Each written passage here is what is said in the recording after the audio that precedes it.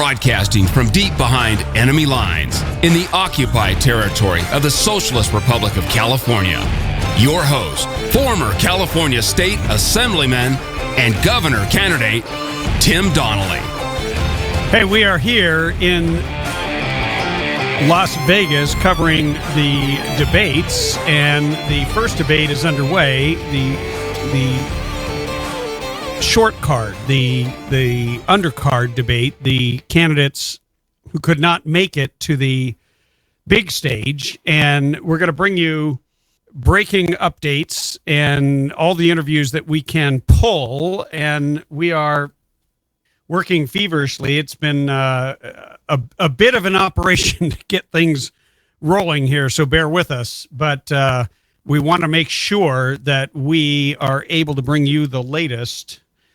And it's a huge production. You wouldn't believe how much media is here. I think they're expecting a showdown between Donald Trump and Senator Ted Cruz. And they may get it because Donald Trump fired off a shot and called Senator Ted Cruz a maniac when he was in the Senate, and now Cruz actually fired back with a lot of class. he did a little video with the flash dance music, the song Maniac, and kind of laughed it off instead of getting below the belt and hitting back. He's keeping his clean image. Anyway, we're going to take a quick break. 323-746-TALK.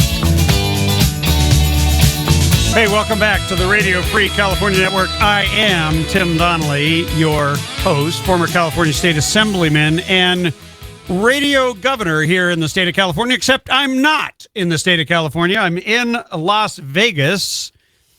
And I don't know, I might want to stay when I see the gas prices. And as soon as I crossed that border out of California and into Nevada, I felt a breath of fresh air, as if somehow I was in some part of America where it didn't matter if I had a gun. It didn't matter if what I thought. I didn't have a government that's continuously trying to take away all of my freedoms, but that's not why we came here.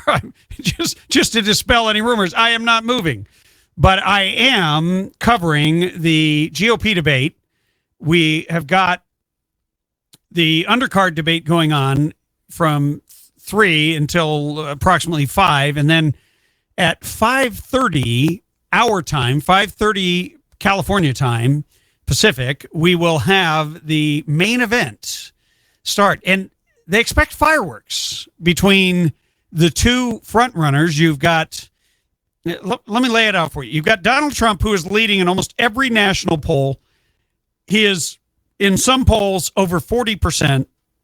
And you've got Ted Cruz, who is hot on his trail, except Ted Cruz is winning in states like Iowa. And that, of course, is the biggest, most significant race that everybody's paying attention to because it's the first one. But the thing is that the winner of Iowa doesn't always win the nomination. And there's talk of having a brokered convention. And look, as soon as you hear brokered convention, you just need to be nervous. You just need to understand that that is how the Republican establishment would work very, very hard to screw over one of these conservatives, and they don't like either one. That's the part that's so hard for the GOP establishment to take. They hate Donald Trump, but the people love him. They hate Ted Cruz, but the people love him. And I think Trump and Cruz ought to stay off hitting each other and continue to fight the problems and let the people decide, let the best man win. That's my advice. Because I don't think you get anywhere by actually attacking your opponent unless you attack him on something that really matters to people. When Trump went after him and called him a maniac in the Senate, well, wait a minute. What was Ted Cruz being a maniac about? He was being a maniac, defending Americans, defending freedom, defending you and I and our families. And so that's a very, very different scenario than attacking him for being corrupt, or attacking him for being someone with no integrity, or attacking him for not keeping his word when it comes to a policy or a promise that he's made during the campaign. Ted Cruz isn't guilty of any of those things. So I think Donald Trump should tread carefully, because of all the attacks that he has made, of all the mistakes that Trump has made, the people have stood by him.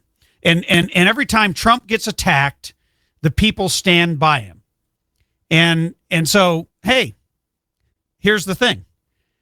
If the people are going to stand with you, that's great. But when you attack somebody who's a champion of the same ideals and ideas and beliefs, you may lose some of those people. You may lose a lot of those people. I don't know. I don't know how it's all going to play out. What I do know is the fireworks are expected.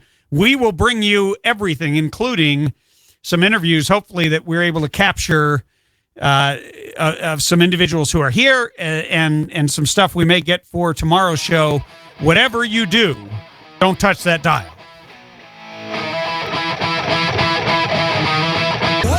Well, we aren't in California anymore.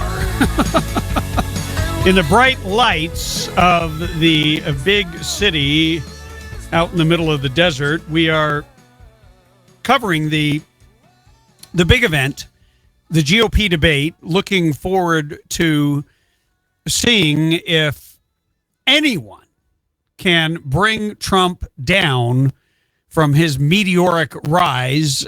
I think it's going to be a tough job. I do believe, and have been quite impressed in recent days with what I'm learning more and more about the Cruz campaign. Definitely would love to get your take on it.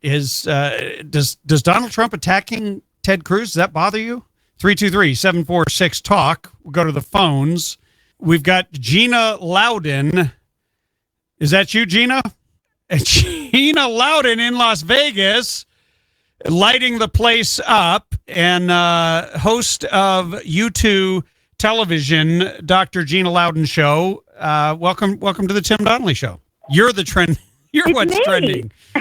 And you are out here because you've been in high demand. I see you on Fox all the time covering this, and of course this is a CNN event, so I don't know what you're going to be able to do there. But what do you make of this whole little feud developing between Donald Trump and Ted Cruz? I say, be good, boys. I mean, you really get to, I'm a mom, and I have 3 little boys, 2 big girls, but 3 little boys, and you really get the feeling like you just want to slam the door and leave them in the room to duke it out and say, just don't air your dirty laundry in public. That's kind of Yeah. Well, Donald Trump's attack was kind of silly. He called him a maniac, but he was a maniac for us. I mean, he was standing up for the people. He was taking heat for us. So it's kind of maybe the wrong point of attack, I thought. I thought it was not well thought through. I think that Donald Trump and, if both are truly devoted to an anti-establishment candidate, the surest way to get an establishment candidate, Tim, is to start cutting each other down. So either one of them cutting either one of them down is, in my opinion, a huge mistake, and sends the message to the establishment that, hey, if y'all want to coalesce around a certain establishment candidate and put all your money and resources in, you might just win because we can't hold our fire. So yeah. I really hope that we can be adults at the table now. No, I agree with you, Gina, because this is nonsense.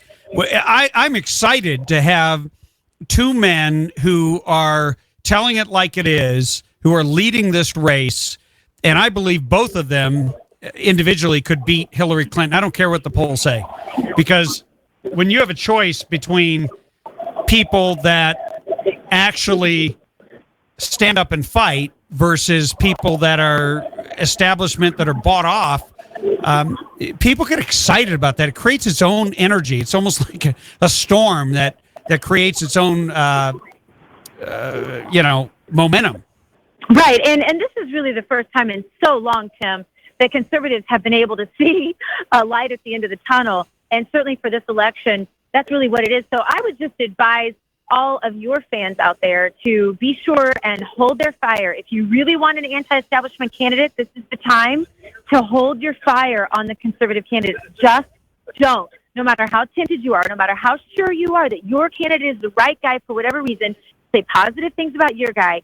Don't fire on the other guy. Don't fire on other conservatives yet. There may come a time for that. This is not that time. It would seem like a good time when somebody's, instead of attacking each other, Hillary has been out of the news because of the terrorist attacks, and it's probably helped her campaign because, when she opens her mouth, her poll numbers go down.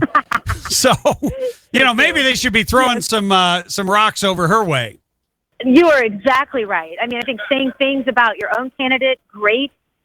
Definitely saying things about Hillary, that's fair. But staying positive with regard to the anti-establishment candidates, if your goal is to elect an anti-establishment candidate, this is your moment to shine.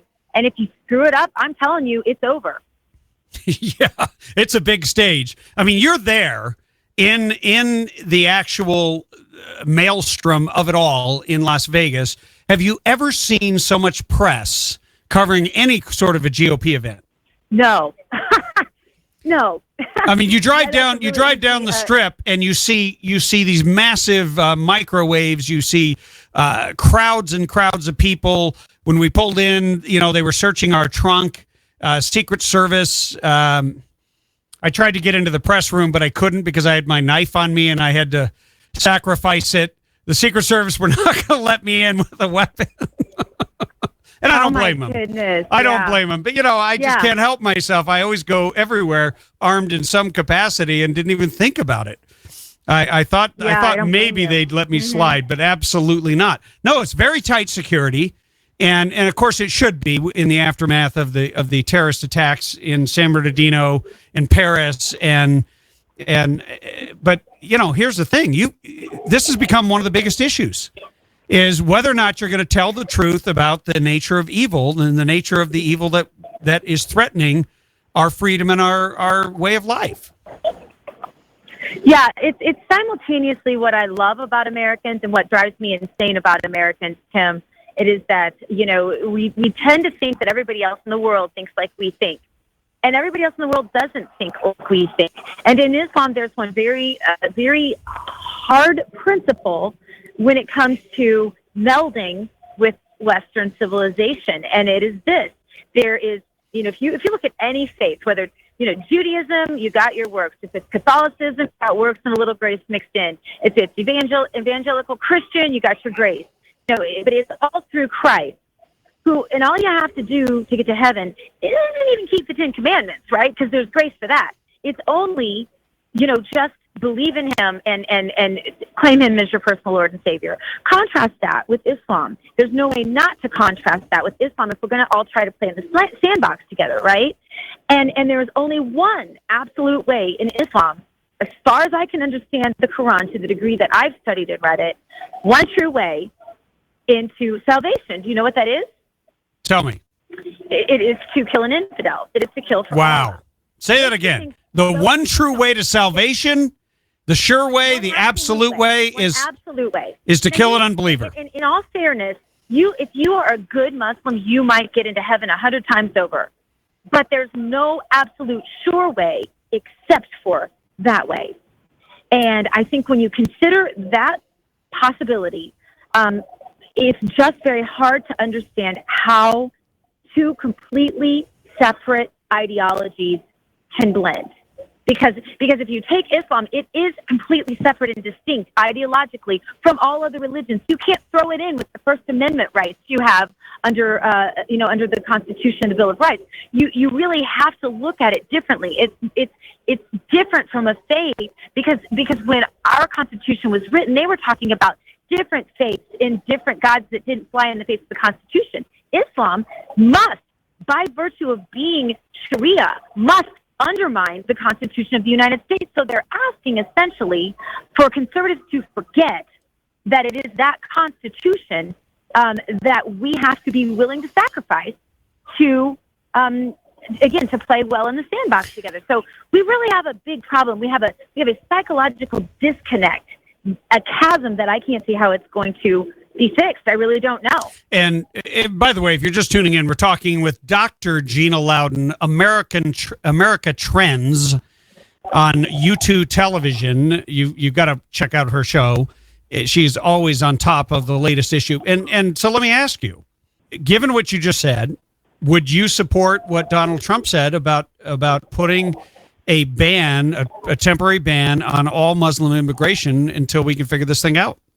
Absolutely. And if he said, okay, listen, to end Americans dying, we need to stop every blonde in stilettos, I would say, stop me, Chris. Whoa. Do what you have to do. Whoa. I don't want any more You're Americans blonde to die. now? This is a no-brainer. Wait a minute.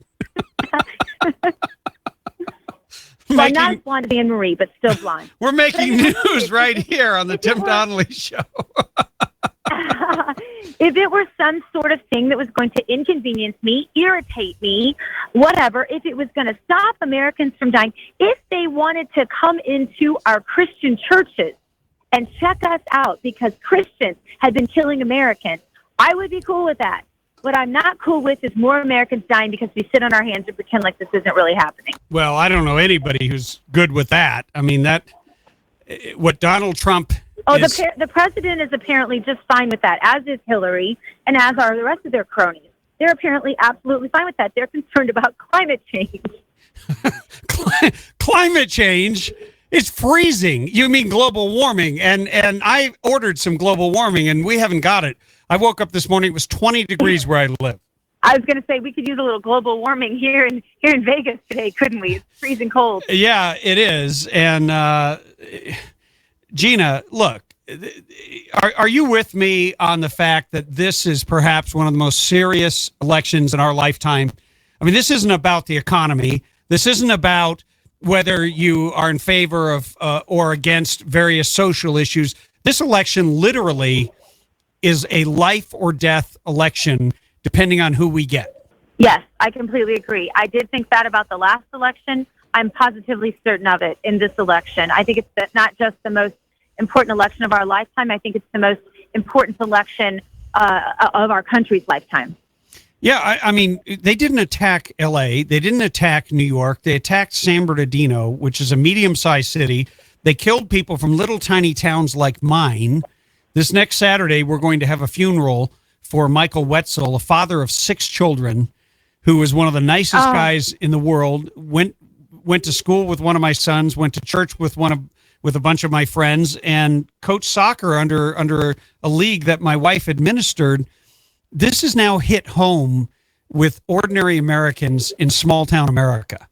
And I'm just curious, are you seeing that play out? Are people really responding to this election on that basis? I don't know that they are yet, but and my deepest condolences to the Wetzel family and to your family and everyone who knew him and everyone involved in the San Bernardino shooting. It's positively horrible, Tim, and you're absolutely right that people need to recognize that the San Bernardino shooting, the Paris shooting, the Fort Hood shootings, we can go back to Benghazi and so many other things that have happened, that every tragedy you see in the news today, that is what this election is about. That is how important it is. So, it constantly encouraging. And if I can just add to this, my little banter that I do in speeches, and you've probably heard it one too many times from me, but if there is anyone in your audience that is not on social media, you may not like social media, you may be concerned about your privacy, but let me tell you something. A big part of this battle will be won in social media. Don't make yourself comfortable with the fact that you vote. Voting is great. Voting is not the be-all and end-all. I hope you'll get out there and work for a candidate, but I really hope you'll be involved. And I hope you'll invite people that disagree with you onto your page to have dialogue. And when you see them civilly engaging the people on your pages, whether it's Twitter or Facebook or Instagram or wherever your little choice of social media is, when you see them engaging, encourage them, compliment them, invite them to be part of it, because that's who we are as conservatives, Tim. We are the ones with the open doors and the open minds and the open hearts. And we need to teach that to those out there in social media who may just be watching this history go down and go, wait a minute, why does Obama not want to do anything about this? It might be willing to listen now. It's very important that everyone out there is on social media. And if you're worried about privacy, let me tell you something. The NSA, the TSA already has naked pictures of you. The NSA has everything that the TSA doesn't have. So get on social media. If you have to make up a Donald Duck avatar, whatever you want, but be out there getting your message heard, and really you can do it in love. I think it's really important that we're all out there for this election. Well, I couldn't have said it better. Dr. Gina Loudon on America 2 Network. I'm sorry. I said it wrong. America's Trends. Please do it. America Network. America's Trends is my show. You can find me at drginashow.com, and I'll be on Sean Hannity's show on Thursday night and a whole bunch of other ones on Fox this week. I can't even remember. I leave for New York tomorrow. Awesome. We will watch for you. Thanks for coming on the show today and catching us up on what's going on in Las Vegas, Gina. Oh, thank you, Tim. I hope your audience knows how blessed they are to have you as a host. I'm your biggest fan. Well, okay, next rolling. I got to have you on a lot more. I love everything you say about me. All right, we will be right back after these messages with more of the Tim Donnelly Show. Hey, welcome back to a special edition of the Tim Donnelly Show. Radio Free California Network is on the road. We are live and in person at the Las Vegas Venetian at the debate, the GOP debate, which is going to be broadcast tonight, starting at 5:30. We'll bring you a live feed at that point, but that may not be the whole story, because we're going to get you the story behind the story. So you're going to have to listen to the show tomorrow as well, because we go off air just as all the fun and games begins. We have two conservatives who are leading the pack. And you know what this means?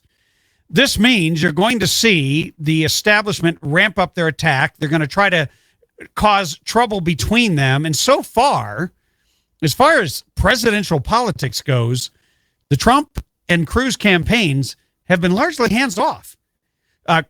Ted Cruz was one of the smartest candidates early on when everybody else was launching into attacking Donald Trump. You remember, what's his name? Scott Walker, the governor of Wisconsin. He went after Trump and promptly got knocked on his keister and knocked right out of the race. You had others who, Lindsey Graham and what's that guy's name? Bush. Yeah. Jeb Bush. What is he at 1% in the polls?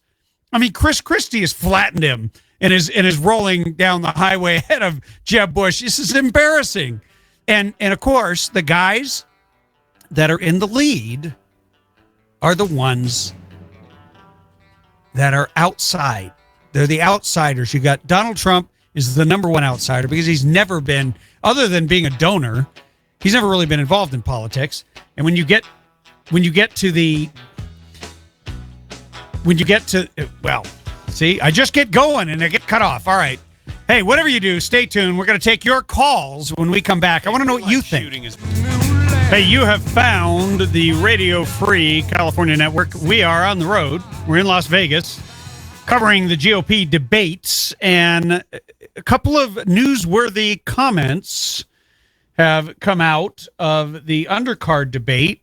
You've got a couple guys who came out swinging. One of them will surprise you. One of them will not. Rick Santorum just said, and I quote, "All jihadists are Muslims, so we need to stop worrying about who we offend or offending anyone." And then you had the Lindsey "Don't Vote for Me" Graham. I wish I could do his voice.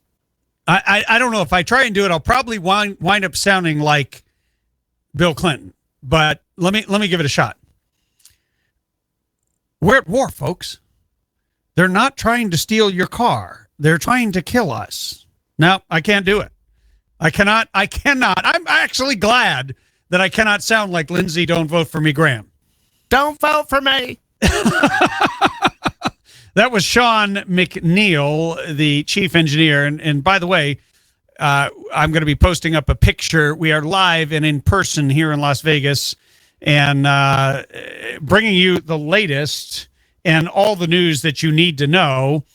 You might have heard today in Los Angeles, they shut down, get this, 900 schools because somebody called in a threat and said they were going to shoot the place up with assault weapons and machine pistols. Well, I don't know. I just have a question because New York had a very different reaction. The police chief there, Bratton, said, hey, look, we figured out it was not a credible threat. It was a hoax. And I don't know. I'd like to ask Chief Bratton, because the first reaction I had when I heard the news was, after I got over the fact that we have 900 schools just in Los Angeles County, guess how many students? 646,000. Let me repeat that. 646,000 students. That's insane. That is a massive number to then turn around and send them all home. Well, when was the last time a terrorist called in a warning? They don't warn you. As a matter of fact, they do the opposite. They do things to draw people into a crowd so they can kill as many as possible. I don't know. It just seemed kind of crazy. But they have their own reasons. They've got to answer to the people, and it created massive chaos on the freeways and on the highways and all over Southern California. You never realize how much traffic. You want to end global warming? Shut down the public schools. Seriously. If you shut down the public schools, there would be nobody driving anywhere except the people going to work. You wouldn't have all the school buses and all the cars, and you would be shocked at how much traffic there really is related simply to kids going to school. 323-746-TALK is our number, and we are talking about the presidential debate. We had Dr. Gina Loudon on a little bit earlier. We're going to have some other guests stopping by and giving us whatever they can, whenever they can. It's hard to schedule when you are in this kind of a setting. I mean, we went in the press room, and there were rows upon rows upon rows of tables and numbers, and they give you a nice little CNN book and a coffee cup and a pen that doesn't work, but it's red, white, and blue.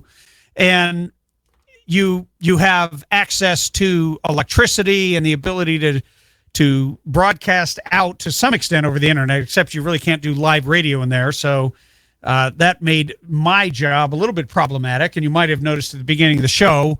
But we are here, we are live, and we are talking about this latest little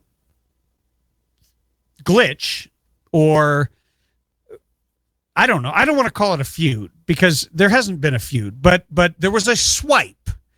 And in presidential politics terms, it wasn't much of a swipe, but there was a swipe by Donald Trump at Ted Cruz. Ted Cruz handled it masterfully and hit back with the Maniac song when Donald Trump called him a maniac. But see, he's a person that was fighting for us. And so I don't think that blow lands on him. I'm going to go to the phones here, taking your calls. Hey, give me your first name and city, please. Vicky, Victorville. Hi, Vicky. How are you? Is your radio off? Yes, it is. Okay, great. So what do you think of all this? Well, I think that with this Muslim Islamic thing, when they talk about the Quran and they're loving and peaceful, but their Quran says it's okay to kill people. So you got a problem with that? Yeah. Just a tad. Just a tad. I mean, and I think with Trump, I think what worries everybody, some of these people, is that he speaks the truth. He's not political. He doesn't get paid off. He's telling the American people what nobody else has been able to tell him because they're afraid. Yeah. He speaks the truth. No, you're right. There's something so authentic about somebody who just doesn't give a damn what anybody else thinks, and he wants to do the right thing. I think that seems to have really created a momentum and drawn people in, even people that are not even involved in politics and weren't planning on voting. That's right. I mean, I used to think he was an arrogant man, but you better know I'm changing my party, and I'm voting for this man because he is not a political Nimrod. So you're saying you went from being a Democrat to being a Republican to vote for Donald Trump? You betcha. Wow. My party, that party sucks as far as I'm concerned. You know what? I have nothing to add to that comment because I agree with you wholeheartly. And I, you know what? You're not alone. I know a lot of people that have been leaving the Democrat Party in droves because the Democrat Party is not only is not representing them, but has become a threat to their freedom and their families. That's right. You're not going to buy guns from me. You're not going to tell me what I can do. You know, I'm a grown-ass woman. I can do what I want to do. Yeah, and you know what you sound like? You sound like an American. That's what an right. American sounds like. And I don't care what we might disagree on because that's called freedom.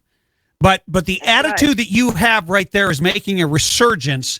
And I think in large part, it is making a resurgence because Trump came off. Remember that press conference, that initial press conference? I actually was criticizing him because he had to look down at his notes to read. He opened his press conference by saying, "I'm Donald Trump and I'm running for president." I thought, hey, that's when you want to engage the cameras. You look down for the little policy, pointers that you wrote out. When it came to the policy stuff, he was just winging it from his heart. And he got right. a little too worked up and offended a lot of people. And I thought, wow, that was, an unforced error. It turned out that he struck a nerve because he got hit so hard by the media, who largely misrepresented what he meant, even though he said one thing, he meant another. And, right. But I had people calling in and saying, hey, wait a minute, we're with him. And it really made me Yep. wake up and pay attention and start looking at the dynamics. And nobody else seems to be touching a nerve at all, with the exception, I would say, of Senator Ted Cruz, who has really been moving up in the polls. Right, but I think he's doing that because he's seeing what it's getting Trump to. So let's go along the Trump road, and maybe I'll get a little bit better push. But you can't follow in somebody's footsteps who started the parade. Interesting. Now, let me ask you one question before I let you go. Would you have left the Democrat Party for Ted Cruz the way you did for Donald Trump? Yes, I've been disappointed with them for years. It's just like they've got their heads up to you-know-what. And it's all about looking pretty in the press, and, and then the media, of course, they're a bunch of bamboozles anyways. But, they only tell what they want you to hear, not the truth, as far as I'm concerned. Well, Vicki from Victorville, thank you for your call. You couldn't have said it better. We are going to take a quick break and come back with more of your calls. So whatever you do, don't touch that dial. You just heard it. Donald Trump is bad to the bone. The man is turning Democrats into Republicans. And nothing that the GOP establishment tried has ever been able to do that. The GOP comes up with candidates like John McCain and Bob Dole and that guy's name? Mitt Romney. And what happens? People leave the Republican Party in droves. They hate to be associated with people who can't stand up for them, who can't articulate what's truly in their hearts. I mean, Mitt Romney, good Lord, the man couldn't oppose Obamacare because he had basically put his own in place in Massachusetts. And that was the guy they put up as the standard bearer. But they're embarrassed of Donald Trump. Now, why is that? Have you ever thought about that? In my opinion, in my humble opinion here as the host of the Tim Donnelly Show, and as a former assemblyman, and as a former gubernatorial candidate who faced off against the very forces that are trying to take him down. Let me give you the list. It was Jeb Bush. It was, Mitt Romney. It was Condoleezza Rice. It was Pete Wilson. It was Darrell Issa. It was others of that ilk who pretend to be conservatives, but when it comes down to it, they are owned by the moneyed interests. They are part of the political establishment, and don't you forget it, because they love being in power. They love being in the limelight, and they love being part of the political framework. But you know what? Something is happening, and I don't think they can escape this time. You're not going to see Jeb Bush go from zero to hero. You're not going to see Lindsey, don't vote for me, Graham, all of a sudden, grow a pulse. You just aren't going to see any of these candidates, in my opinion, rising up because they don't. As Vicky, our caller before the break, said, she said, "Hey, it's you want the guy who's leading the parade, not the guy who's following." And we got the guy who's leading the parade, and we have a chance right now to have somebody who would actually take a stand, who does not apologize for being an American, who is not ashamed of saying, "Hey, this is a great country, but we're in trouble, and I believe we can pull ourselves out of it, but we've got to change direction. We've got to change course. We can't sit here and play footsies with Islam and allow fundamentalists, allow extremists, allow jihadists to sneak into the country." And so he's proposed a temporary ban, straight up. This is, without doubt, the most significant election in most of our lifetimes. And I say that meaning maybe people within my generation, because a lot of people are just waking up. They've never voted, or they never cared, or they just voted party line and paid no attention. And all of a sudden, there's this excitement. There's this energy. The USA Today was reporting that people that haven't voted in decades or haven't voted in multiple elections, who gave up, are now finally coming back, and they're finally stepping up, and they're saying, "Hey, we got somebody to vote for," because the guy is not from the political establishment. He is one of us. He talks like one of us. And see, when I listen to some of his comments, I feel my skin crawl, and I'm thinking, man, I would never have said it that way. But you know what? He's the one who's continuing to climb in the polls. He's the one who is, more importantly, continuing to connect with average Americans. He isn't simply a figure that is making policy decisions based on a team of staffers. He's someone who thinks on his feet.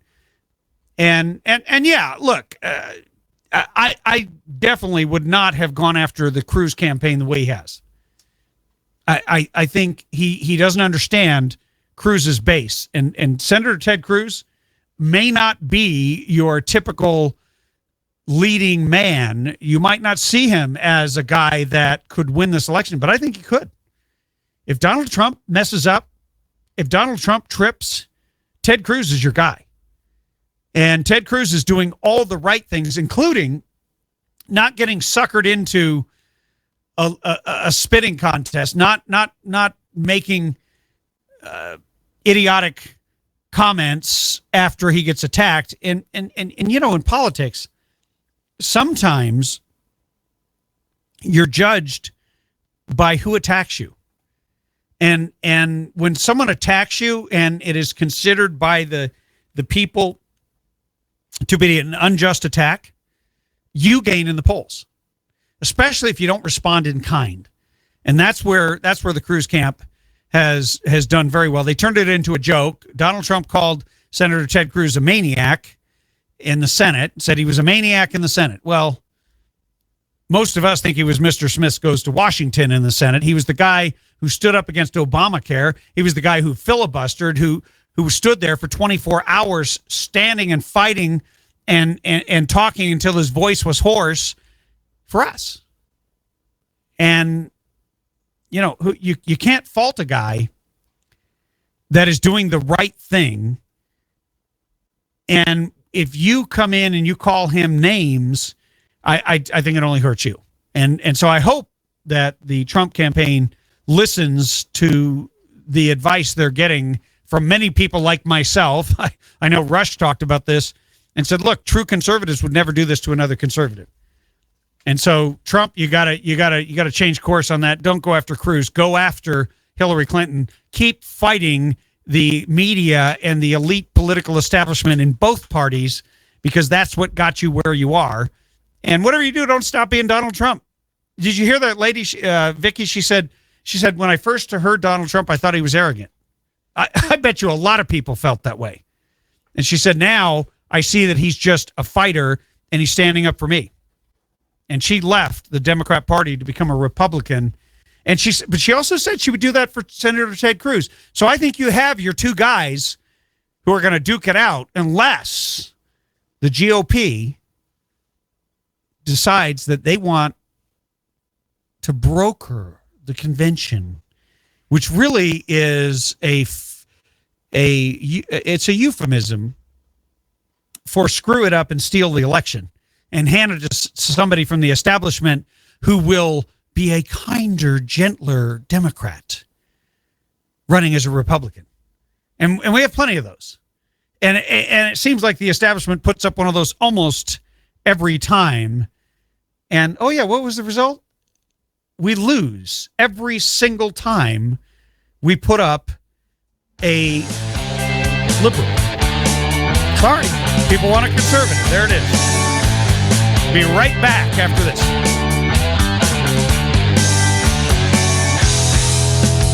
California State Assemblyman and radio governor in the state of California, but I'm not in the state of California. I'm live broadcasting to you from Las Vegas. Yes, this is a live remote. We're covering the GOP debate. And you know what's interesting was watching on the break, the Undercard debate is actually heating up all over the issue of the Islamic terrorism. Almost every question has been about that. And it is absolutely incredible to see the different candidates. You know, some of these candidates, I got to give them some credit. They're doing a pretty good job. I was listening to Rick Santorum talk about Wolf Blitzer asked him, hey, would you abandon the region of Syria and let Russia take it over? And well, no. He said, of course not. That's completely insane. I wouldn't abandon any region to Russia. And then he talked very intelligently about aspects of this whole fight that we haven't even heard anybody address. So if you are just tuning in, the Undercard debate is going on now at 5:30 Pacific. We're going to have the main event, and we'll bring you a live stream. As a matter of fact, can we bring up a little bit of this just so people can hear? I want to hear what Santorum's saying there. Hopefully have the same objective that you do. And if they don't, then you establish the no-fly zone and you take the consequences of whatever who violates that. The consequences would be war with Russia. Would you risk that? I don't think it's a war with Russia any more than Turkey went to war with Russia when Turkey shut down a plane. Senator Graham, you agree? These are incidents, not something we're threatening the motherland. This is a tactical decision within an area that we have an obligation. And let me go to the phones. I've got Anne-Marie Morell of Politichicks.com, who is the senior editor and for the commentator. Anne-Marie, welcome to the show. Hi. I know you're having a good time in Vegas. Yeah, well, running into a bunch of our mutual friends, Dr. Gina Loudon and others. It was, I've never been in a press room before where I wasn't being interviewed. And it was a strange experience. I got to tell you, I was walking around, but a lot of the reporters recognized me, and I didn't expect that. I guess I just thought, hey, I'm just here as a member of the press, and was looking around for candidates to interview, but they were all hiding out. It was just the press interviewing the press. Well, yeah, that's kind of what happens. That's true. Yeah. So I know you're live tweeting and live Facebooking this event, and I know Facebook. I guess Mark Zuckerberg has you on a list or something because he's not letting you put out as much as you want. But what is your take so far? Because it seems like I was really impressed with Santorum on his comments and his command of the whole Islamic jihadist issue and sort of some international politics. Yeah, Santorum is doing really well, and so is Mike Huckabee. Lindsey Graham is causing me to want to throw my laptop at my television set, but I can't because I have to do this live tweeting thing. Oh, man, he's making me mad. Lindsey Graham, does he really think that America wants to send troops blindly back into the Middle East to fight who knows who? He really does believe that he knows who the bad guys are in Syria. He really is convinced that it's Assad and no one else. Well, Assad is just as bad. We don't know who the good guys are or the bad guys. It's maddening. You mean Lindsey, don't vote for me, Graham? Is getting you all worked up. I'm telling you, Tim, he either has the most self-confidence of any man I've ever heard of in my entire life or the least self-awareness. I don't know why he's still in this running. He really believes he can win. He has less than 0%, but man, I'm mad at him. I need to calm down. I think he's at about 0.5%. I don't know what qualified, for him to get in the Undercard debate, but Rick said. But let me change subjects a little bit. Back to politics. So the last winner of the Iowa caucus in a presidential election, wasn't that Rick Santorum? In the last election. Was it? I thought he did. And then he went on to win, I believe, a number of other states doing a total grassroots operation. And in the end, that wasn't enough. So everybody's all worked up about Donald Trump and Ted Cruz, and Ted Cruz being ahead. I'm excited that the most conservative, the most outside the Beltway individuals and Donald Trump and Senator Ted Cruz are the ones who are dominating. Oh, gosh, me too. And you and I both know that if it weren't for Donald Trump, we would be talking about Jeb Bush. Jeb Bush would be the nominee. He was on his way to winning. That's why Reince Priebus and all those guys are just in shock that he's not the number one guy. Well, Donald Trump reminds me a little bit of Rodney Dangerfield, and they're afraid to have him in the country club, and Are you following him on Twitter? Donald Trump is live tweeting this kitty table debate. He is wrecking those guys apart. Hilarious. He is hilarious. Yes, I'm trying to follow Twitter and keep the show going. So you got any good tweets from him you want to shout out? Let me put my glasses on. I'm standing. Oh, no. Glasses? Are you kidding? It's terrible getting old. Oh, it's terrible getting old. I'm not kidding. It's horrible. Let's see here. Keep talking. Meanwhile, I'm watching on the screen. You got Mike Huckabee going after Lindsey Graham. Mike Huckabee could eat Lindsey Graham for breakfast and spit him out and never even know that he had a meal. It just isn't fair. Like you said, I don't know what he's doing in the race, but you have. Oh, here. Go for it. Here. Bring me some Trumpisms. Lindsey still doesn't hear Americans. Still at 0. It's like Monty Python. And then he said, "Nice. Pataki needs a brain surgeon." Something about they noticed. All right, Graham and Pataki are just mad because they don't have a chance. I mean, it's just on. It goes on and on like that. I mean, he is He's absolutely watching and listening to this debate. I don't know if he does his own tweets, but whoever does that is... Oh, no, I think Donald Trump actually does his own tweets. They have the the ring of reality. Rick Santorum said, not all Muslims are jihadists, but the reality is all jihadists are Muslims. Are Muslims. That's a reality. And we have to stop worrying about offending some people and start defending all Americans. Yes, thank you very much. I said basically the same thing on the very first episode we did of Politics back when it was me and Victoria Jackson. I got creamed for saying that. I didn't say it quite as politically correct as he did, but that it's absolutely true. Not all Muslims are bad, but all jihadist terrorists are Muslims. That's just the way it is. You can't undo that. Well, I had well-meaning friends who warned me about being associated with the Politichicks, which then told me that you were definitely the kind of people I wanted to hang around with. Good for you. And they said the same thing about you to me, so it makes me we're even. Well, that's good. Well, now being politically incorrect is in. We are the insiders. We are the country club. That's we just formed it we just let a whole lot more country in the club.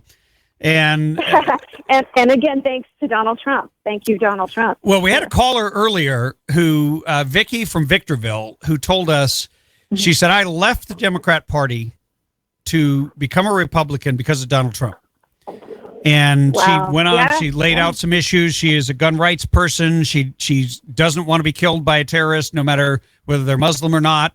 And she doesn't care about offending them. But then I asked her, because I just wanted to, there's this little tete-a-tete going on between Senator Ted Cruz and Donald Trump. And I said, well, would you have left the Democrat Party for Donald Trump or for Ted Cruz? And guess what? She said she would. So that is a very interesting development because I think the GOP is clearly afraid of both of them. And so either one of them getting into the position of being the Republican nominee, I think what you're going to see, and you know this, Anne-Marie, talking with Anne-Marie Morel of politichicks.com, you know this. You know that they will undermine them. They will do a brokered convention. They will try to steal the nomination and hand it to the likes of a Jeb Bush or a Marco Rubio. Marco Rubio is now the establishment wonder boy. Right. Yeah, absolutely. And that's the main reason why Jeb Bush was not worried about Ted Cruz. None of them were worried about Ted Cruz because they had been blocking him for years. But Donald Trump was kind of like the meat shield for Cruz, and he protected Cruz in a lot of ways from the establishment. Well, so the fact that he's rising it's epic. Well, here's the part that's kind of humorous to me. It's kind of like when you're a smaller car and you see a big truck and it's plowing its way through the wind, and you get in that draft behind it. And it gives you first of all, you're able to go the same speed with very little effort and much more efficiency, and you save fuel and everything else. But then at some point when you want to pass it, you can slingshot around it because it creates momentum, and it is possible because what Ted Cruz has been doing is impressive. He's got $65 million in the bank. He's doing an old school door-to-door campaign. He's enlisting a huge army of grassroots activists, and that stuff is, you combine that with some money and an intelligent strategy and an outspoken candidate who doesn't have to be prodded into actually taking a stand on things. That could be a recipe for a successful bid for the Republican nomination. Absolutely, and that's what I'm hearing from a lot of really great expert people that I respect. I said on the radio this morning that this could be a tortoise and the hare type of race. I mean, Donald Trump has been just going like a madman, 100 billion miles an hour, using every media outlet that he has and all of these great sound bites he has.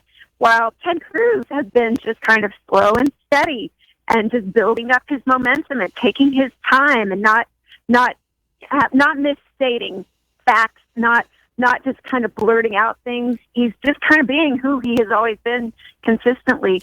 And, he's loosened up a little bit. He's taken off the tie a few times, and he hit it out of the park in that one debate where he went after the media. He had the perfect tone, he had the perfect words, and he had the perfect timing. And that right there is the equivalent of pointing to left field or right field and calling your home run like Babe Ruth used to do. That's really what he did, and he catapulted ahead of Ben Carson and Marco Rubio, and he left Jeb the Bushmeister Bush back there in the dust.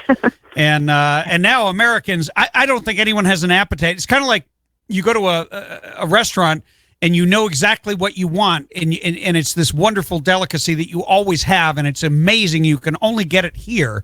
Well, you're not going to settle for casserole or for something cheap and cheesy when you could have the real thing like a filet mignon or New York steak, whatever you like. Absolutely. Actually, sounds pretty another good. thing that do you know any good really places in Vegas? Sorry. I know. You're going to go to the Shrimp Bar next, too. Something else that I don't think a lot of people are considering. We need to imagine someone standing on the debate stage with Hillary Clinton. Now, the thing with Donald, he's so great at sound bites. That's where he's best trained in the media. You can't talk for 5 minutes at a time. You talk in 30, 60, 15-second sound bites, and he's brilliant at that. But what he's going to have to do on the stage with Hillary, right now he's got other people. He only gets a few minutes at a time. He's going to be on stage with Hillary, and he's going to have to expand on his blurt out. He's going to have to expand on what he says just off the cuff. And I'm concerned about how he's going to be able to debate a long debate one-on-one. Someone like Ted Cruz. Ted Cruz has his eidetic memory. He can quote facts and figures immediately off the top of his head. He can quote back exact statements, putting in the commas and periods where they belong. Senator Ted Cruz is a very accomplished debater. Anne-Marie Morel, we've got to take a break. Can you stay with us? Yes, I can. All right, I'll hold you over for one break here. Anne-Marie Morel, politichicks.com. Be right back after these messages. This is Tim Donnelly. You're on the Tim Donnelly Show. We've got Anne-Marie Morel, political commentator, activist, blogger, Facebooker, and extraordinary person. Politichicks.com on the phone. And Anne-Marie, before the break, we were talking about what the two candidates have to do tonight. The two candidates, Donald Trump and Ted Cruz. Mm-hmm. And as this thing goes down to the wire, it's going to be something like a two-man race. Ted Cruz has a clear advantage in that he was a debater, an excellent debater at Harvard. He has a photographic memory. He can recite facts at a moment's notice from memory. Donald Trump is more the king of sound bites. So it's going to be an interesting battle. Yeah, it will be. I'm really curious tonight to see which direction they're going to go with this. Wolf was the first question out the ballpark from Wolf Blitzer was all about Trump. I think the first 5 questions were directed about what they thought of Trump saying whatever, which is why Trump was tweeting and just denigrating every one of them. But it's going to be interesting because Wolf is going to go after him directly first. And I hope the others don't wait. I hope they will focus on really important things like ISIS and national security, because that's what's the number one issue in America right now among American families. Well, it would be nice to have a Ted Cruz moment where they push back against the moderators. Well, we are out of time, unfortunately, Anne-Marie. Thank you for joining us. Anne-Marie Morel, politichicks.com. We will be right back with more after this. Hey, if you're just tuning in, you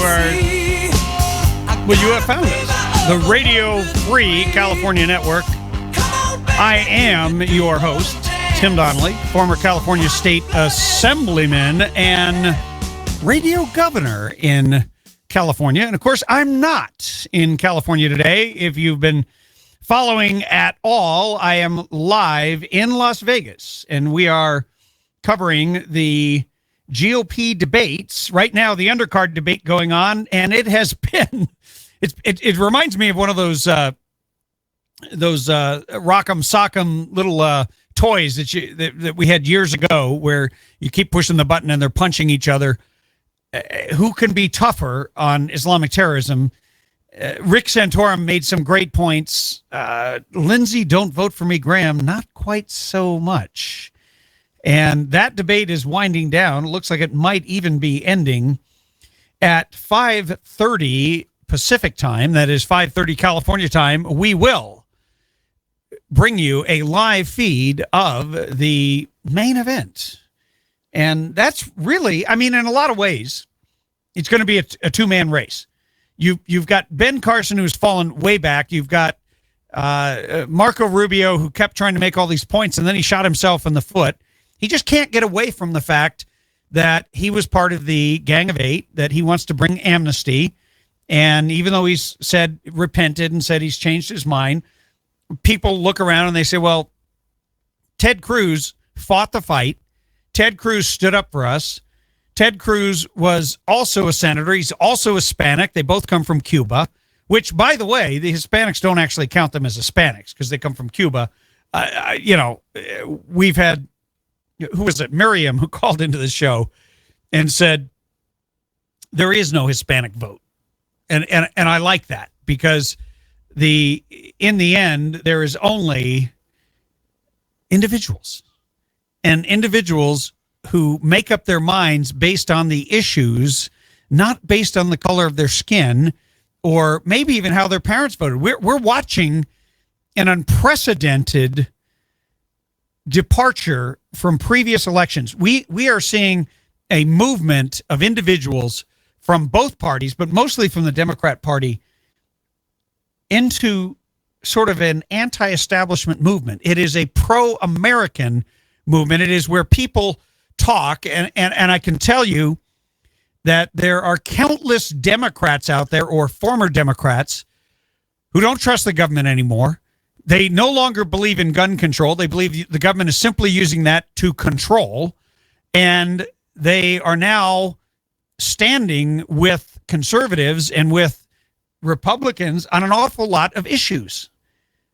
And yeah, that may surprise you, but it is actually happening. And now, it doesn't mean that they're going to go whole hog and become a Republican and necessarily want to be standing with Republicans on every issue.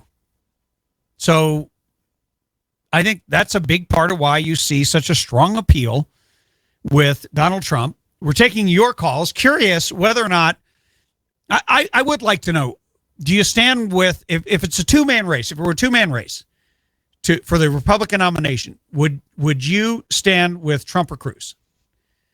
Trump or Cruz? Just call in. Give me I'm going to take you live on air, 323-746-TALK. That's 323-746-8255 for those of you who are driving. And I'm curious, because this is a largely very conservative / libertarian audience, and I'd like to know, we have a bunch of polls. We've got a national poll with Trump at 41% and with Cruz trailing him by 20-some points. We have, of course, the state polls where in Iowa, Senator Ted Cruz is cleaning everyone's clock. So I'm just curious, and we'll keep it simple. There's been a whole lot of news. There's been a lot of events, and I'm wondering where you stand. So if you feel strongly about either of these two men, if it were a two-man race, who would you go for? Donald Trump, or Senator Ted Cruz? 323-746-TALK. That's 323-746-8255. Meanwhile, we're going to go to the Twitter feed, which has produced quite a bit of entertainment today, just watching Donald Trump live tweet here's a funny, only reason to watch the GOP debate to see which scary person from high school is making good on his promise to rule you all someday. You know, that's funny. But it's actually the liberals, it's the leftists, it is the Democrats who are the ones who are ruling you today. Just so you know, it is not by any stretch of the imagination the Republicans. Obama is the one who wants to take away your gun rights. Obama is the one who wants, he and his administration want to shut you up and shut you down. They want to tell you what to think. They want to deny you your First Amendment right. Yeah, by the way, don't look now, but the man is the leftist. And now George Pataki, I don't even know why he's still in the race, says the U.S. shouldn't accept Syrian refugees because it's impossible to adequately vet them. Hey, George, 1 million people said that before you, and they said it way better. Why are you still here?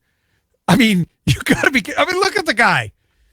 You know, it's funny. I'm watching with the sound off here in the studio and watching the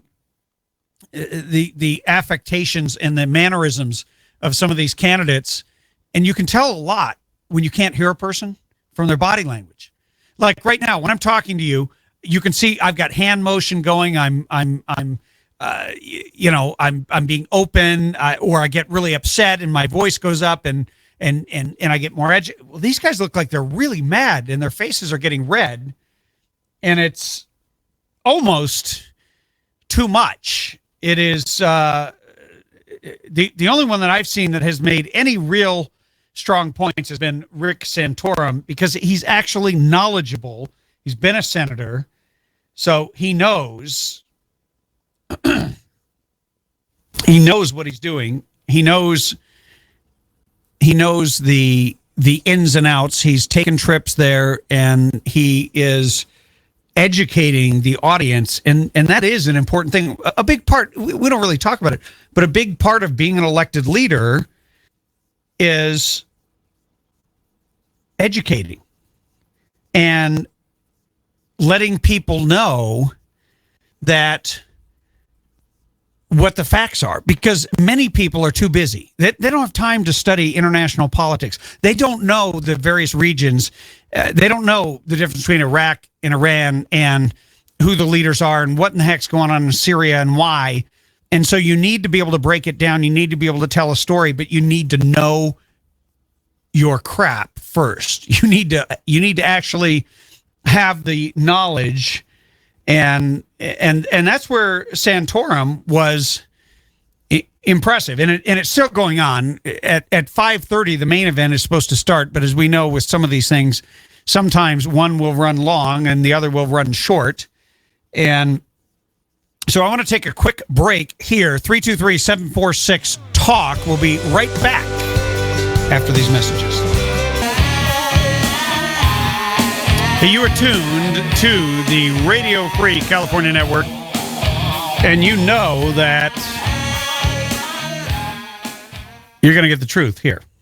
You're going to get the story behind the story, and we are live in Las Vegas. The Undercard Debate has just concluded, and the candidates we're glad-handing with the moderators, and we are going to bring on a special friend, a very, very good friend of Rick Santorum, a huge supporter and an all-around amazing American and a great patriot, Bridget Melson. Bridget, welcome to the show. Hey, thanks, Tim. How are you doing? I am doing fantastic and excited to be here in Las Vegas covering this event. And, you know, we were just watching the first debate, and the only person that made any impression on me was Rick Santorum. You know, I could totally told you that, and you have, right? And I have, and I will keep saying it. But he's the one. If you really listen to him, he makes sense. He's done the research. He's visited these countries. He's been to the Middle East. He's been to Israel. He gets all of this. His command, when Wolf Blitzer asked him a question about would you allow Putin to just handle Syria and just turn your back and say, hey, he's got this. And his answer was epic. Because first of all, he said, heck no. And second of all, he then educated Wolf Blitzer, who I'm sure didn't have the slightest idea of any way to even debate or challenge the facts that Rick brought forth, because they were brought forth from actual knowledge and understanding of the region. Absolutely. And that is the deal. Every time you fact check Rick, it checks out 100%. He knows what he's talking about. And I think he'd make an amazing president. It's so awesome to be here and see them all on stage and see Rick be such a standout. And, if you're intelligent like you are, you will appreciate what he has to say, and you get it. And you'll get it. Well, we really liked his first comment, which is he said, not all Muslims are terrorists or not all Muslims are jihadists, but all jihadists are Muslim. And he said it's just a fact, and, we have to deal with that. And our goal shouldn't be worrying about who we offend, but it should be protecting Americans. And what he did is he just recast the entire debate into a forum on national security. Absolutely. He made so good points. That was definitely one of them, and one of my favorites that I happened to tweet out. Another, if you look at the bigger issue, a bigger scale, is when he said that we're in World War III, and Obama refuses to look at that and see and understand that and comprehend that. And we really are. It's a slow and steady, pace, but we're here. We're in it, and it's not about religion. It's about separating the good from the evil, and I love that Rick gets that so well. Yeah, and look, the bottom line is that if you want to blow me up or shoot me with an assault weapon, as the left likes to describe any gun that looks scary, let me rephrase that. If you want to shoot me with any gun, if you want to get in front of a room, a crowd of innocent people who are minding their own business as Americans do, and you want to kill us, I don't care what your religion is. I don't care what your reason is. I don't care what your childhood was like. I just want to put one between your eyes before you kill me or any of my friends. Oh, but Tim, that makes sense. We wouldn't want to make sense now, would we? Well, and here we're faced off against a government under Obama. He wants to literally, even before the bodies were cold in San Bernardino, and by the way, we lost 2 members of our community in the little tiny Lake Arrowhead, Twin Peaks, Crestline, Running Springs mountain region. And we're going to be burying Mike Wetzel this Saturday, father of 6 children. And wow, you can't calculate that loss. And there was another man, Shannon Johnson, that has already been put to rest. I mean, this is from a little tiny town. This is not New York. This is not Los Angeles. So here, the President of the United States, you'd think that he would think before he spoke, that he would say, hey, law enforcement is working on it. We don't know the facts, but we're going to, bring them to you, and let's pray for all those who are in harm's way. Because there's 3 killers out there. We don't know if they're terrorists, but we're not going to comment. No, he went right into gun control before the killers were even caught. So he wants to take away my right to defend myself, your right to defend yourself, and then his Attorney General Loretta Lynch wants to shut you up if you're going to speak the truth about Islamic fundamentalism. Yeah, it makes absolute no sense. And to add to that, President Obama, along with Governor Brown of California, bringing in the fact that it's a mental health issue. Me as a psychologist who knew that insults my patients. Like I keep saying, it's a good versus evil. It's a bad heart, not a bad mental health issue. So you're right. Take the guns away from good people and then slam the mental health, the mentally ill. They're so backwards, and I don't understand. We've got to get a president in office that understands that. So I'm really looking forward to the next debate coming up here with these other 9 fine candidates. See what they have to say about it. And talk to me about how Rick Santorum is connecting with people, because I know that in the previous election, he ran a grassroots campaign, almost exclusively grassroots, underground, in a lot of ways and shocked people by how well he did. Didn't he win the Iowa caucuses last time? He did. He did win them, and that's because he literally, you have no idea what his schedule looks like, but he is probably 20 hours a day meeting with people and doing everything he can, going into synagogues, going into churches, going door to door. You want him to come speak, he will come speak. And once people hear him like you did today, and you hear his facts, and you understand his passion, and then you really think about what he's saying, you will understand he gets it. And not only does he get it, he has already changed legislature and voted in the correct way when he was senator. So he has a record. He's got it all. He's been there, and he stood true with the American public. He stood true to his principles and his values and his beliefs, and he took a lot of unpopular positions because they were right. And he did, yeah. Well, go ahead. We're excited to have someone like Rick Santorum in the race. And, I'm hoping to catch an interview with him later, but if I don't, we will be playing some clips. If you missed it, we're going to play some clips of him tomorrow on the show because he said some things I hadn't heard anybody else say. Yeah, he always does, just because he does his research and he knows it. So I'm going to go, and I'm going to actually go find Rick right now to see if I can get him to call in, if that's okay. Well, if you can get him to call in, we will take him live on air. Thank you, Bridget Melson, for coming on with us, and God bless you and Godspeed. Thanks for having me. God bless you, Tim. You got it. We'll see you a little bit later. That was why, we have some amazing people in this country that right now are running for office on the Republican ticket. We are really blessed. And if, God forbid, if Donald Trump stumbles or Ted Cruz, you could see someone like Rick Santorum clearly coming up, got the experience, got the right ideas, he's got the courage. And see, that's one thing you can never transplant into a candidate is courage. He has more courage.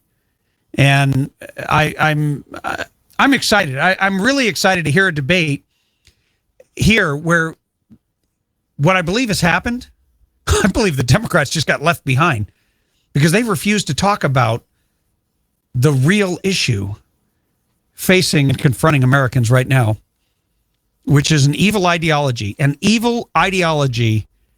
that believes it has a right to murder and a right to slaughter innocence. You know what? Most Americans want to have something to say about that, and they want to exercise their First Amendment, and they sure as hell want to exercise their Second Amendment to push back against those who wish to wipe us off the face of the earth. We are live here in Las Vegas, and we will be right back with more coverage. Main event coming up. Stay tuned. Hey, we are live from Las Vegas. I know you didn't expect to hear that because this is the Radio Free California network, but I am still your host, Tim Donnelly, former California State Assemblyman and radio governor in at least the state of California. I don't know about Nevada. That's up to Sean McNeil, chief engineer, who is sitting right across from me. As a matter of fact, I'm just putting up a picture on the Instagram, which you can see in our photo gallery at timdonnellyshow.com. And we'll bring you a whole lot more because I'm going to be live tweeting and live Facebooking. So if you follow me on Facebook or Twitter, if you don't, you should. It's just Tim Donnelly. It's just at Tim Donnelly Show for Twitter. And then for Facebook, you just got to Google me. I have like 3 accounts. Find the one with the most followers. That will be the one that I am most likely sending out messages from. We've been covering the Undercard Debate, and unlike other debates, this one turned very quickly from a referendum on Donald Trump into a referendum and a forum on Islamic fundamentalism and Islamic jihadism. All the things that Barack Obama refuses to discuss. And And I got to tell you, I felt a wind blowing through that building, the Venetian in Las Vegas. And I think the Democrats' chances are dwindling as every day passes. And I've heard a lot of experts and pundits say, well, it doesn't really matter if as long as there's not another terrorist attack for 3 or 4 months, then, Democrats will be off the hook. You know what? 14 Americans died in a small, medium-sized town in Southern California. The people came from all over the place. They came from Covina and Rancho Cucamonga and Pomona and Lake Arrowhead and places like that. They came from Hesperia, and I think that was the only one I knew of in the high desert. But these were people we knew. These were people our kids went to school with, our friends went to church with, that we played soccer with, that were our friends and neighbors. So if you think we're going to forget just because there's not another terrorist attack somewhere else, screw that. That's just stupid. That just shows you how out of touch these idiot consultants are when they say that. Because, see, guys like Rick Santorum, who, by the way, I haven't heard anyone in the media say this, he won the Iowa caucus in the last presidential election. The same one that Ted Cruz is leading. And Ted Cruz is leading there for taking that kind of leadership. Rick Santorum just put this whole issue on the map in a way that I think Americans, it's what they feel in their hearts. Check it out. Donald Trump was saying was nothing against Muslims. His comment was against this administration who doesn't have a policy to properly vet people coming into this country. Let's just be honest about what's being talked about here. And I know people will pile on because it makes sense to pile on, maybe from the polls. But he brings up a legitimate issue. The fact of the matter is, not all Muslims are jihadists, and no one, including, I suspect, Donald Trump, would say that. But the reality is, all jihadists are Muslims. That's a reality. And we have to stop worrying about offending some people and start defending all Americans, because we're not right now. I mean, that was so succinct. It was so presidential. If you could have seen the video and seen the way he came across, he wasn't strident like a Lindsey Graham who's like, let's go bomb them all. I'm an expert. I know everything. I know I can't do Lindsey Graham's voice. I can't be a pansy like Lindsey Graham. I'm sorry. There's no other word for him. I know other politicians or pundits have used other P words, but I will not stoop to that level on this show. I will simply say that he's all talk, and he's a loud, shrill voice, whereas Santorum then was asked in another spot, and we don't have the clip. We're subject to the clips they'll give us, but he really took Wolf Blitzer to school on the whole situation with Putin, and told Wolf Blitzer, asked him, well, would you be willing to just hand over full control and let Mr. Putin handle Syria since he seems to have it covered? And he immediately said absolutely not. He laid out the parameters. He laid out why would we allow Assad and back him and do this and do that. Talked about the region, talked about the different partners that we have always worked with. So you never hear that from a guy like Wolf Blitzer. He doesn't have a clue. And in the past, journalists would actually know who our partners were. They would know some of the backstory. They would tell some of the backstory. But instead, everything is a gotcha question for a Republican to create headlines. What they don't realize is when you have intelligent, articulate people on this issue at this moment in time, this is a life or death issue. This is whether or not you come home after you go to work. This issue is not about simply whether or not you're going to have a job or whether or not you're going to do well financially. This is about whether or not your children are going to survive the school day. This is about whether or not your spouse who goes off to work is going to come home or be killed by a jihadist or some other random lunatic that is hell-bent on mass murder. And when people like Obama, backed by guys like Wolf Blitzer, want to take away my guns, want to take away my right to defend myself, want to take away your right to defend yourself and your life, whether with words or with weapons. See, it is just as unconstitutional to try to deprive me of my firearm as it is to deprive me of my right to free speech. They're both equally unconstitutional because those concepts were recognized in the Bill of Rights as natural rights. It is not as if the government gives you a dispensation and that is what grants you the right of free speech or the right to defend your life and your liberty from tyranny. No. God gives you your natural rights. Life, liberty, pursuit of happiness, the ability to speak freely and hold your government accountable. That's a natural right. That's a human right. That is a right that government merely acknowledges. And it was nice to have the Undercard debate actually put the moderators in check. And you know what I think it's going to do? I think the main event, when it comes up, and we're monitoring to see when that will start. I have a feeling it's going to start a little bit later than expected because the first one ended just a few moments ago. But what we're going to do is take a quick break, and we'll come back and check in and see if we can bring you just a taste of what's going on. Whatever you do, don't go anywhere.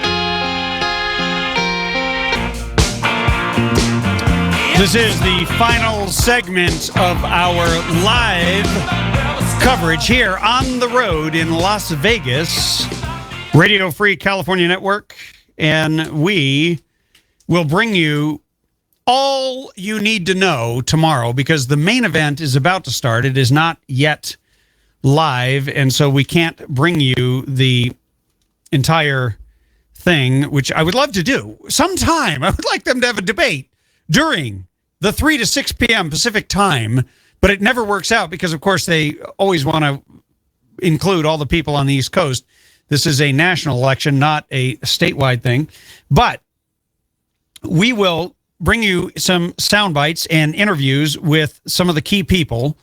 We just brought you a spokesperson for the Rick Santorum campaign, and my individual covering in the press room right now while I'm live on air got a photo, which I just tweeted out at Tim Donnelly's show.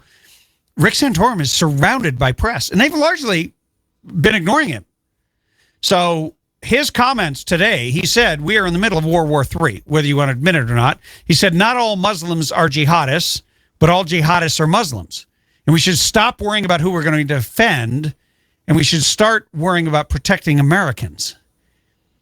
I don't know anyone who can argue with that. Do you? I mean, really, seriously. Our call-in line, if you want to get in before we run out of time, which means you're going to have to act quickly. That means dial now for those of you who are thinking about voting for Jeb Bush or Hillary Clinton or both. And that is 323-746-TALK, 323-746-8255 if you want to make any predictions or if you want to tell me who you like. Donald Trump, Ted Cruz. If it were a two-man race, love to get your take, but if you don't give me your opinion, I will simply tell you what to think tomorrow when you tune in and tell you everything you need to know about the debate, because in reality, a lot of what you hear is going to be filtered through the left stream media. After all, this thing is on CNN.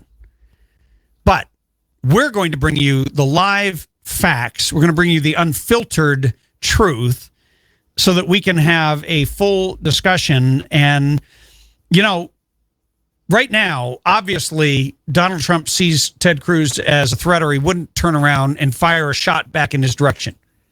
That's just politics 101. But usually when you're ahead, you don't attack the guy behind you.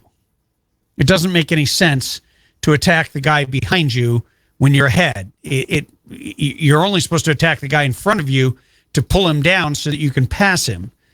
So I don't know if this was an unforced error by the Trump campaign. We're going to try to get somebody on from the Trump campaign, just as we did with the Santorum campaign and all the significant races, now that things are starting to tighten up. Because I didn't want to bring you 17,000 candidates previously. We want to bring you the ones who make the most sense, who have the best chance, so that you can hear them, either they themselves or their chief spokesman, and you can hear them for yourselves, and you can decide.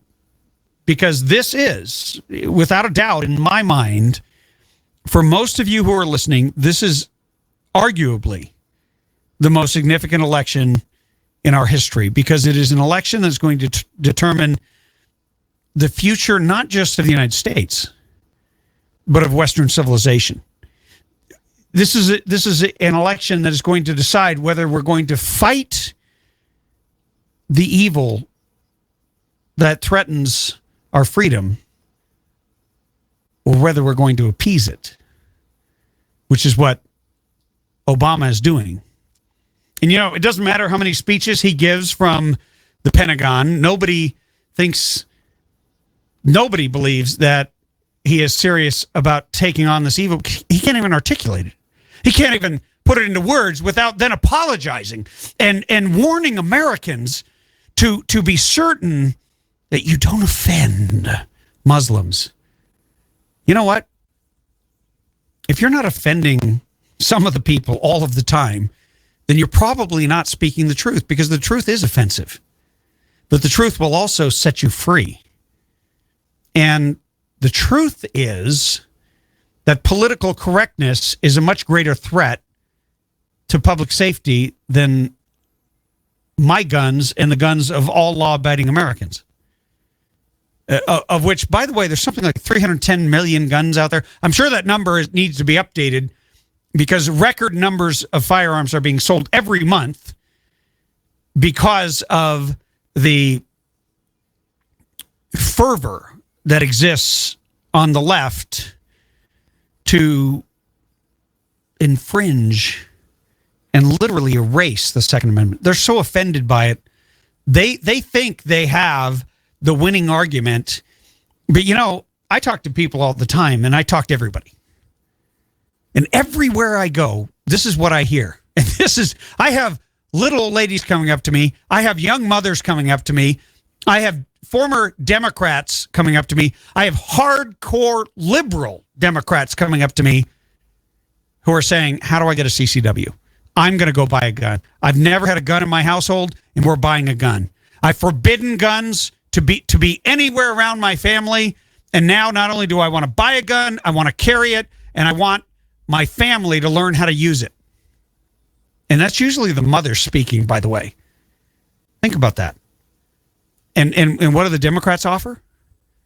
They want to limit how many bullets you have to shoot back at people that want to kill you and your family. Why do they want to kill you and your family? Do you really care? Well, they want to kill you and your family because you're not a believer in their own twisted ideology and their insane jihad mentality. You haven't done anything wrong. You're just never going to measure up. Even if you converted to Islam, you're not going to be Islamic enough for them. And to be truly, fully, fundamentally Islamic, you must commit to the jihad and take out the infidels so that you can secure your place in heaven. Well, you know what? I don't care if you think that, but don't think that in my presence and think you're going to kill me and my family or my friends and that I'm not going to do anything about it. Because when you do that around me, I'm going to put a 45 hollow point between your eyes. And so are most of my friends. And most of them are better shots than me. So, in the end, Americans want a leader. They want an American leader. They don't care about it whether it's a Republican or Democrat. They want an American. Someone will stand up for American lives. Someone will stand up and honor our troops. Somebody who will stand up and fight for you, even if you're not one of the elite, one of the top 1%, even if you're not a billionaire. Your vote, your voice needs to matter and resonate with the next president of the United States. And that is what we are in the process of deciding. So we'll bring you all the coverage that you need to know tomorrow on the Tim Donnelly Show. So whatever you do, make sure you listen from 3 to 6 p.m. on the Radio Free California Network, because I have a feeling that this main event GOP debate is going to be epic. But only you can decide. But we are here. We are live in Las Vegas on the road. I am sitting here with Chief Engineer Sean McNeil. Yes, give him a round of applause. He is the one who makes all of this happen. And you know what? I got to give a shout out to his son, Casper, who is also a trusty assistant and helps his dad out and keeps us going. But look, it's exciting, and we'll talk to you tomorrow. I want to thank you for listening. Thank all of our sponsors. God bless you and Godspeed. Tim Donnelly Show from Las Vegas, out.